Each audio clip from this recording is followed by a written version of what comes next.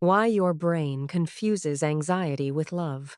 Have you ever met someone who made your heart race, not because they made you feel safe, but because you never knew where you stood? One day they were affectionate. The next day they disappeared. A simple text from them could completely change your mood.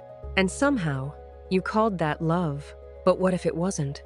What if the butterflies, the sleepless nights, the constant overthinking, the obsession were never signs of love at all?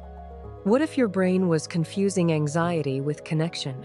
Today, we're exploring one of the biggest psychological traps in modern relationships, and understanding it could completely change the way you love. Let's begin. Imagine two different people. The first person makes you feel calm. They text when they say they will. They communicate honestly. You never have to guess how they feel.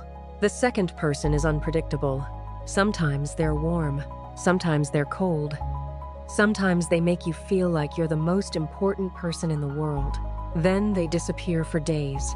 Now ask yourself, which one feels more exciting? For many people, it's the second one, not because they're a better partner, but because uncertainty creates emotional intensity. Our brains often mistake intensity for intimacy.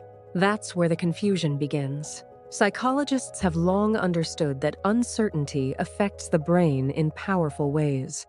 When affection is unpredictable, your brain releases dopamine, the chemical involved in motivation and reward. The strange part? Your brain releases even more dopamine when the reward is uncertain. It's the same principle behind gambling. You don't know when you'll win, so you keep playing?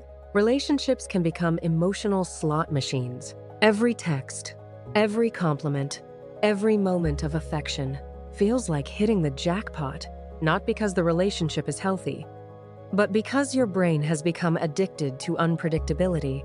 You aren't chasing love, you're chasing relief. Think about the last time someone left you unread. How many times did you check your phone? How many stories did your mind create? Maybe they're busy. Maybe they're losing interest. Maybe I said something wrong. Hours pass. Your anxiety grows. Then suddenly, your phone lights up. Hey, instant relief. Notice what happened. Nothing about the relationship actually changed. The anxiety simply stopped, and your brain rewarded that relief. Over time, relief starts feeling like love. Many of us learned this pattern long before we ever started dating. Maybe affection wasn't consistent growing up. Maybe praise came only after achievement.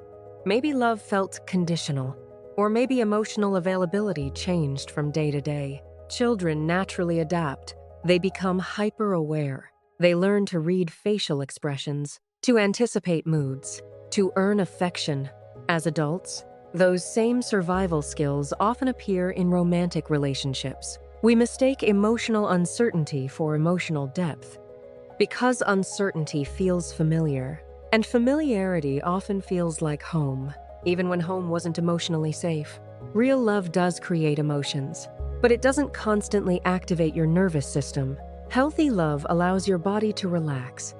You don't spend every day wondering where you stand. You don't feel like you're constantly taking an emotional exam. You don't need to decode every text message. You don't lose sleep over mixed signals. Instead, you feel seen, respected, safe. Ironically, for someone who's used to chaos, safety can actually feel boring. Not because healthy love lacks passion, but because your nervous system mistakes peace for a lack of chemistry.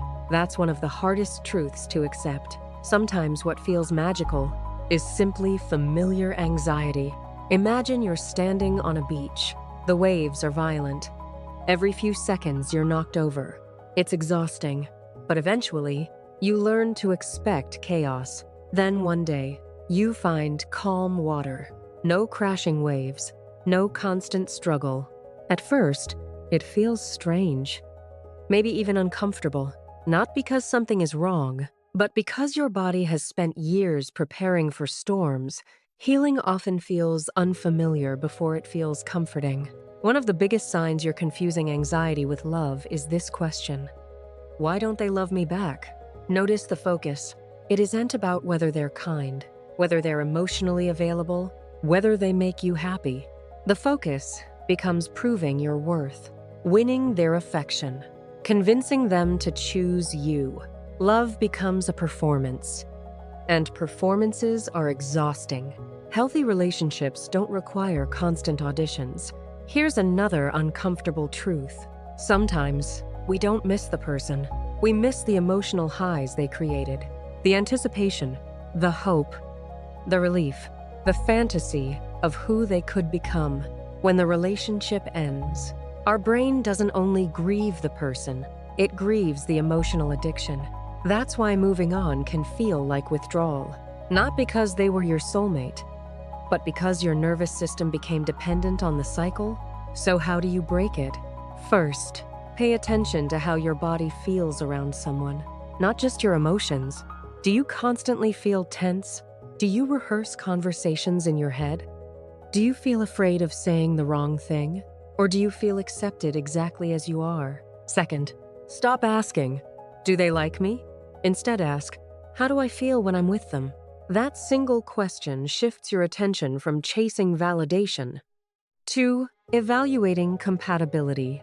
Third, give healthy relationships time. Real intimacy usually grows slowly. It doesn't always arrive with fireworks.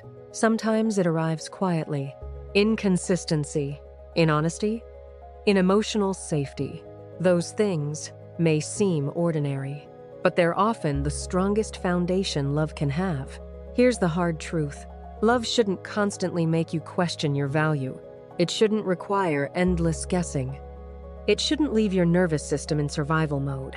If you're always anxious, always waiting, always overthinking, your brain may not be experiencing love. It may simply be trying to solve uncertainty. And uncertainty has a way of disguising itself as passion. The healthiest love you'll ever experience may not be the one that makes your heart race. It may be the one that finally allows it to slow down. If you've spent years chasing people who made you anxious, you're not broken. Your brain simply learned to associate unpredictability with connection. The good news? Brains can learn new patterns. Healing is possible, and the love that lasts usually feels less like a roller coaster and more like coming home. So before you fall for the butterflies again, ask yourself this: are they making your heart race because they're your person, or because your nervous system is preparing for another emotional storm?